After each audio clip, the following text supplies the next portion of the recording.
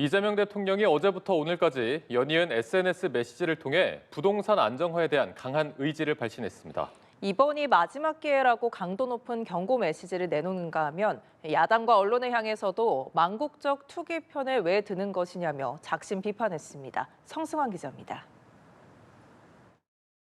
이재명 대통령은 어제부터 세 차례 연쇄 SNS 메시지를 올리며 부동산 정상화에 대한 강한 의지를 재차 피력했습니다.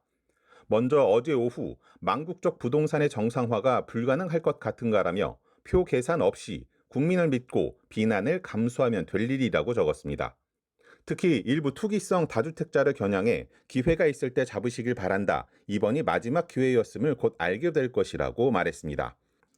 이후 국민의힘 박성훈 수석 대변인은 그렇게 쉬운 정상화를 왜 아직까지 못하고 있냐며 대통령을 비판하는 논평을 냈습니다.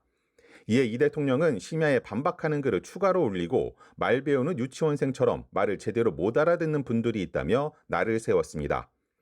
이 대통령은 정부 정책이 합리적이고 정당하며 국민 지지를 받고 법적 근거를 가졌다면 사익에 근거한 일부 조항은 성공할 수 없고 결국 손실을 입는다고 경고했습니다.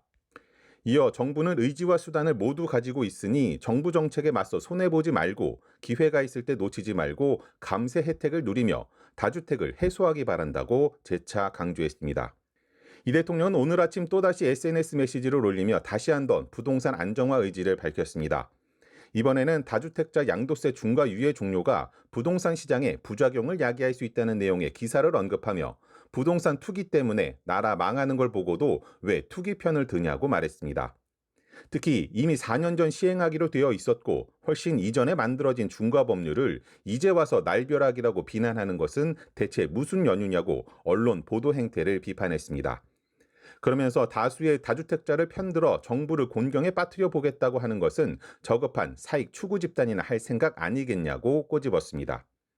이어 제발 바라건대 정론직 필은 못하더라도 망국적 투기 두둔이나 정부 억지 비판만큼은 자중해 주시면 좋겠다고 했습니다. 이 대통령은 날벼락 운운하며 정부를 부당하게 이기려 하지 마시고 그나마 우리 사회가 준 중과세 감면 기회를 잘 활용하시길 바란다. 아직 100일이나 남았다고 재차 유예 폐지 의지를 재확인했습니다.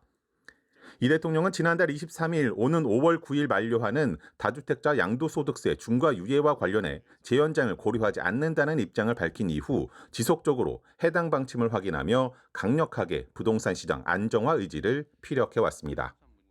연합뉴스 TV 성수환입니다.